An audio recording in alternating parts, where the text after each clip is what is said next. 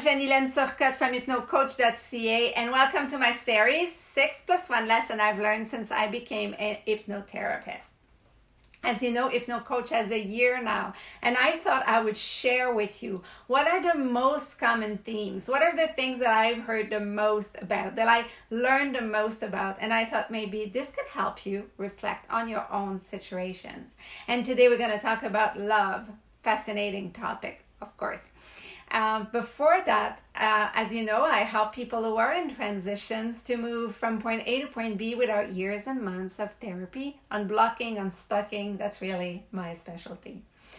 So, love. People rarely come to see me for love.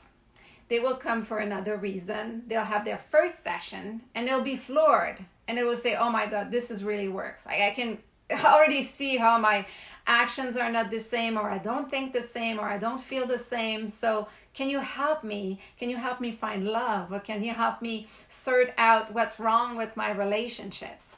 So as you're not surprised that I'm going to say, the first thing we're going to do is we're going to go to your core beliefs.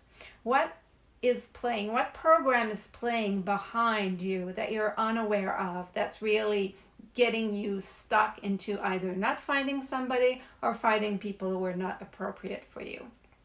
So the beliefs could be things like, I'm not interesting, I am not important, I am, guys or women, prefer other people than me. All the people that I meet, that likes me, I don't like them. If I like them, they don't like me. You would have things like, beliefs about, all men, let's say, are cheaters, which is or liars, which is an easy one, right? Or all women are trying to control me, whatever it is, right? Or it could be other beliefs like, I'm too fearful of being rejected. I was really hurt in the past, and I won't be able to cope with rejection, so I avoid entering into relationship or dating. So, those are a few examples of beliefs that people could have when they are unhappy in their relationship, actual or, the quest that they're having.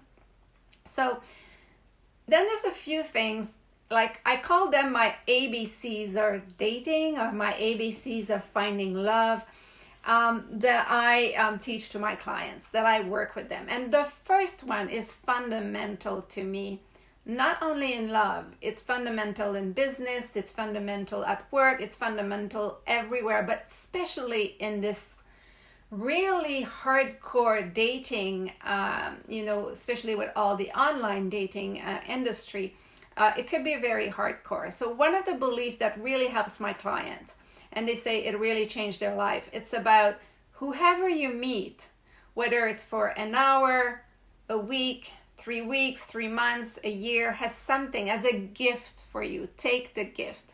The gift could be learning about yourself, could be learning about other people, how they live, their hobbies, what they do in life. You could start doing something that you've never done before because you're getting acquainted to somebody who's having a different activity than what you're having. But there's always a gift. There's always something for you in that relationship to gain from. And this is, it could be even knowing more about yourself. It could be knowing more about what you want or what you don't want.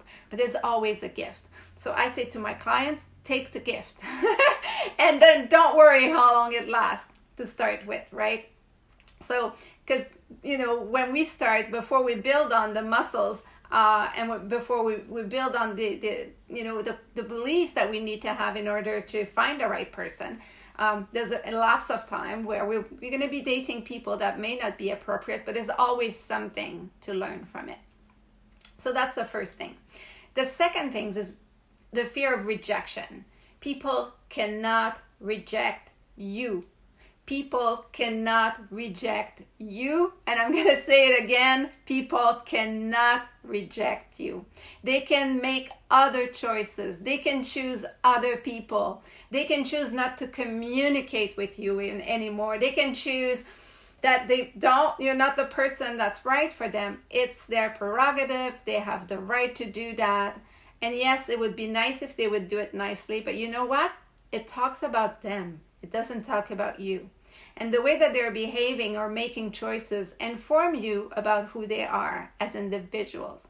So that's very interesting. And once you are rejection proof, bulletproof, you can enter the dating world much more easily. So those are two things that I really teach to all my clients when we work together about the love file.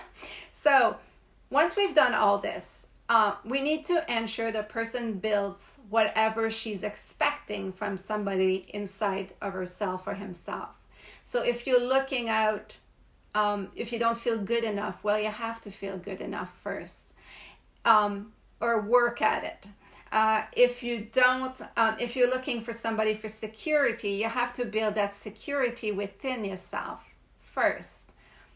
You can, as you learn it, you can still, date and meet people, but you have to have as an objective, as a goal, to build, some strengths within yourself, because this strengths within yourself, this confidence, this love that you have for yourself, knowing that you are lovable, knowing that you are enough, knowing that the love is inside of you to start with, gives you time and patience to find the right person. It gives you openness to be open to people maybe you wouldn't be open normally.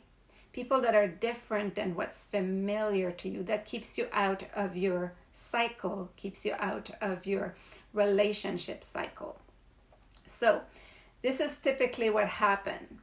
People start to feel good about themselves. They recognize that love is within themselves. They don't need somebody else to fill it up. They feel secure within themselves, more confident.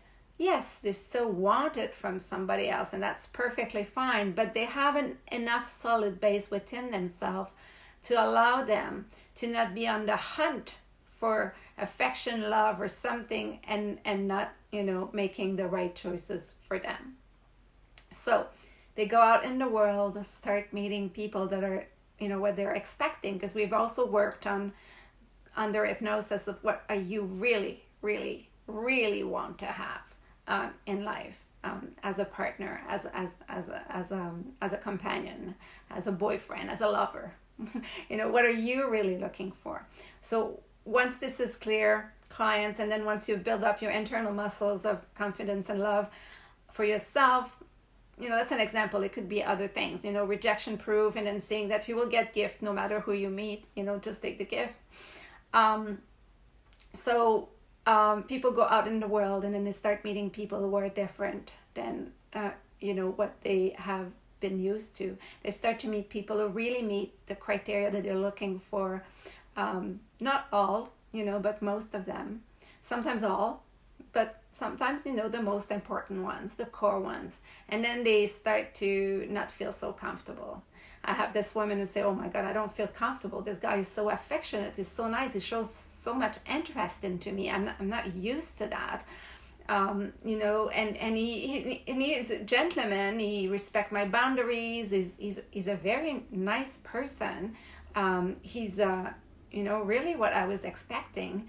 But now I'm not used to that, so I don't know how to deal with that.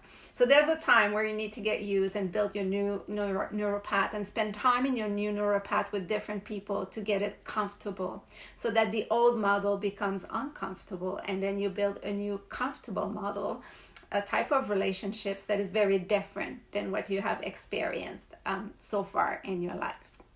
So I could talk about love and about my clients who found love, for much more longer, but I will leave it here by just saying, yes, RTT hypnotherapy can really, really help you sort out your relationship status issues, dating issues, or even finding love. Voila, that's my conclusion. Jenny-Lynne Turcotte, hypnocoach.ca.